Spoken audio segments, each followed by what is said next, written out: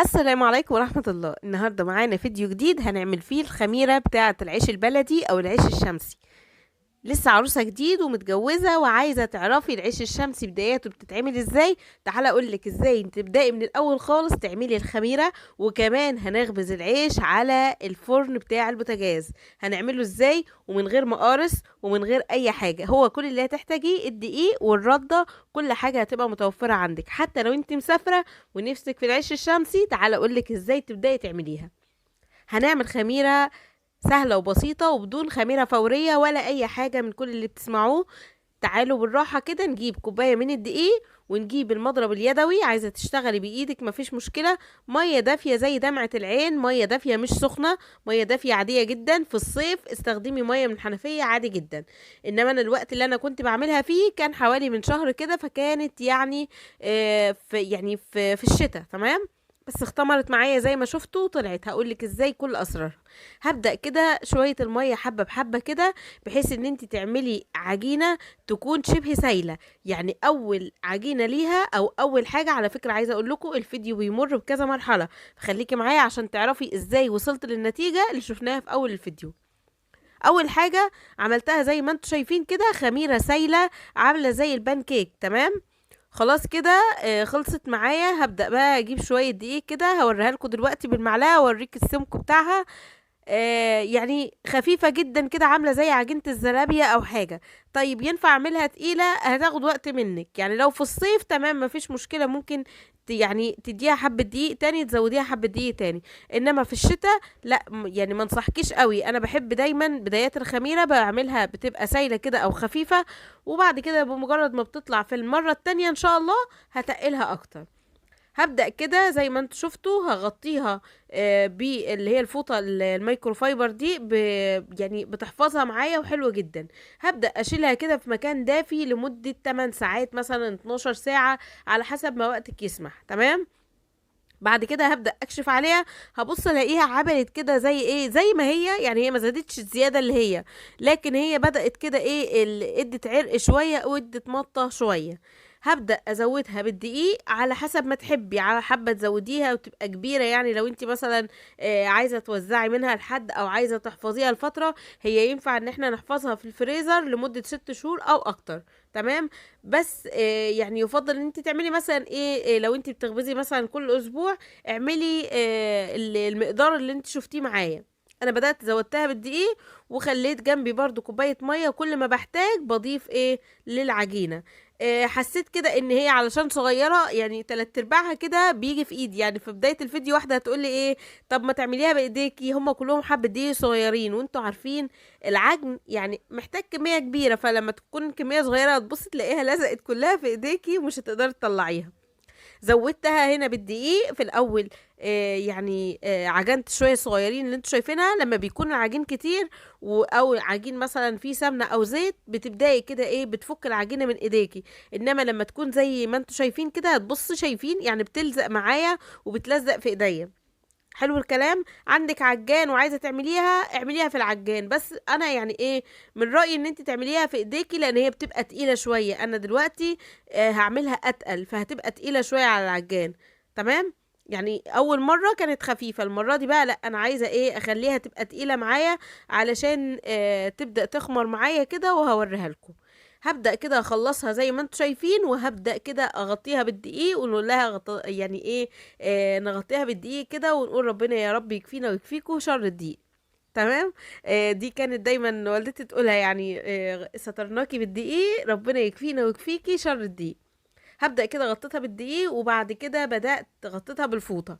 لو انت مش عندك البلاستيك راب اللي انا هستخدمه دلوقتي، غطيها بكذا فوطة، يعني فوطتين تلاتة كده، وحطيها في مكان دافي وسيبيها برضو 8 ساعات تاني. تمام. انا كان عندي اللي هو البلاستيك راب ده، برضو غطيتها فما خدتش معايا مثلا ايه 6 ساعات. حلو الكلام. طبعا لما يكون الجو برد، بس انا حطيتها يعني غطيتها بالبلاستيك وغطيتها برضو بثلاث اربع فوط علشان ايه تلحق ايه تخمر معاكي. انتي حابه مستعجله بقى وعايزه تخبزي عليها يعني هي طبعا بتاخد يوم واكتر من يوم، يعني يوم ونص كده تقريبا. فلو انتي حابه مثلا تخبزي الخميس لازم تعمليها من يوم التلات، من يوم الاثنين كده يعني. بعد ما غطيتها، علامات ان هي نفعت معاكي ونجحت معاكي وكويسه وتقدري تخمري عليها وتعتمد على الله، ان هي الدقيق اللي احنا غطيناها بيه، بصوا ما شاء الله هي كبرت وفنشت معايا كده في العلبه. وكمان الدقيق بدأ يعمل تشققات كده، فهو كده خلاص هي خمرت معايا وبقت تمام. حلو الكلام. طيب ايه اللي هيحصل بعد كده؟ اللي هيحصل بعد كده ان انا هبدأ اوريها لكم كده، فتحتها لكم وهوريك قلبها من جوه اختمرت وبقت خميرة ما شاء الله حلوة جدا. تقدري تعتمدي عليها، تعملي بقى منها شوية قرص طرية بالسمنة. تقدري تستخدميها في مخبوزات، في معجنات عادي يعني. انما انا عاملاها للعيش الشمسي، لكن هي ينفع تضيفي منها حته صغيره كده لما تكوني مثلا هتخبزي حاجه بشويه قرص او حاجه كده تستخدميها، لكن هي اساسها للعيش الشمسي. بدأت كده هجيب طبق فيه دقيق وابدأ اقطع حتة حتة كده على حسب كمية العيش اللي انت ايه بتخبزيها.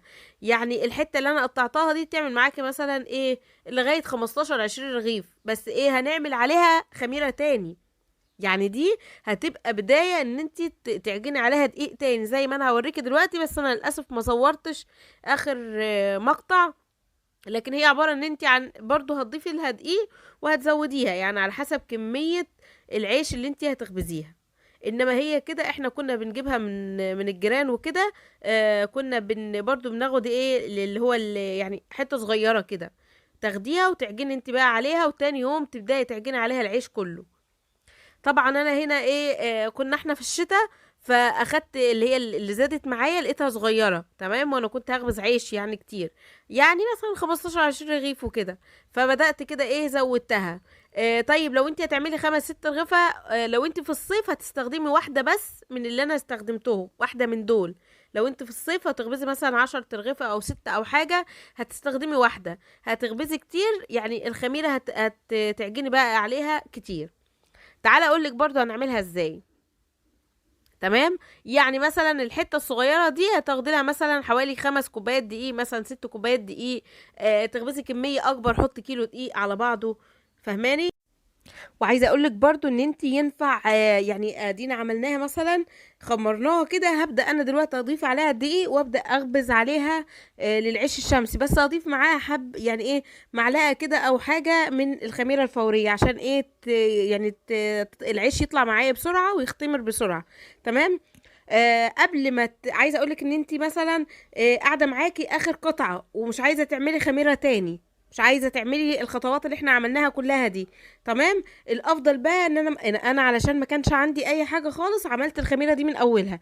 لكن ينفع احنا دلوقتي اهو عملناها خمرناها تمام، قبل ما تخلص مثلا، ولنفترض ان دي كانت اخر قطعه عندك انت بتعملي بيها الخميره، هتاخدي من الخميره اللي انت شايفاها قدامك دي، هتجيبي شويه دي زي ما انا وريتك كده تمام، وهتبداي تستخدمي الخميره وتحطيها في الفريزر. تشيليها عندك في باب الفريزر، مش في التلاجة، في الفريزر تمام. وتطلعيها من بالليل مثلا او على العصر كده، لو انت هتعملي الخميره من بالليل تطلعيها على العصر كده هتفك معاكي، او على المغرب. بمجرد ما تفك تبداي بقى تعملي خطوات ايه، ان انت تربي الخميره، نربي الخميره عشان نخبز العيش تاني يوم. حلو الكلام. اشوفكم بقى في فيديو جديد، وكل سنه وحضراتكم طيبين وبخير.